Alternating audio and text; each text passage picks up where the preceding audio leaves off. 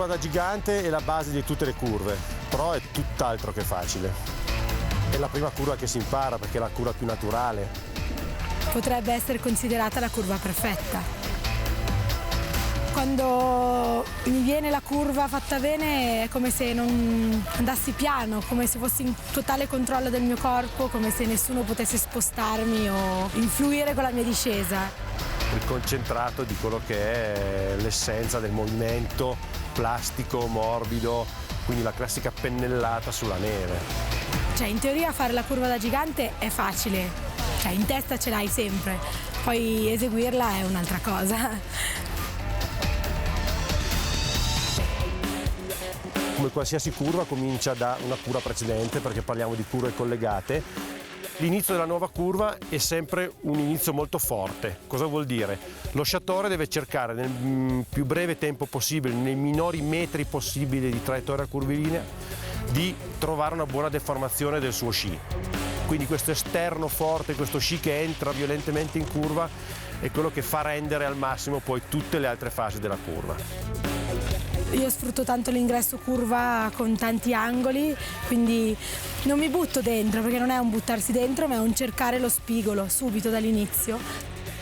Dall'appoggio forte, quando cominciamo veramente a entrare nel vivo della nostra curva, bisogna ricercare al massimo tutto quello che può darci velocità. Lo sci esterno va premuto, spinto, inserito, portato lungo la traiettoria di curva per cercare la velocità.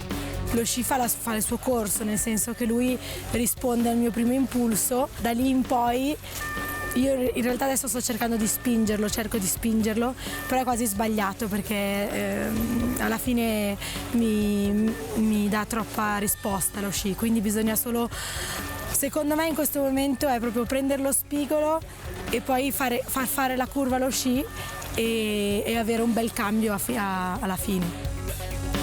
Il nostro sciatore praticamente arriva a un certo punto che per uscire da questa curva, per interrompere quella che si dice inerzia di rotazione, deve cercare di cominciare a contrastare con la parte superiore del corpo.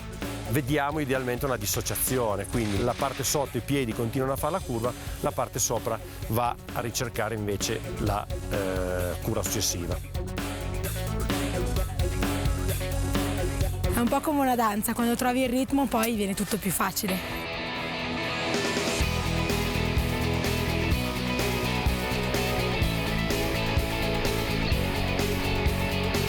Quando scio in campo libero è bellissimo, prima cosa, e cerco di essere con i piedi sulla neve sempre, in ogni momento, e cerco di sentire che da una curva vengo portata nell'altra, collegando, senza avere un momento dove non sto facendo niente.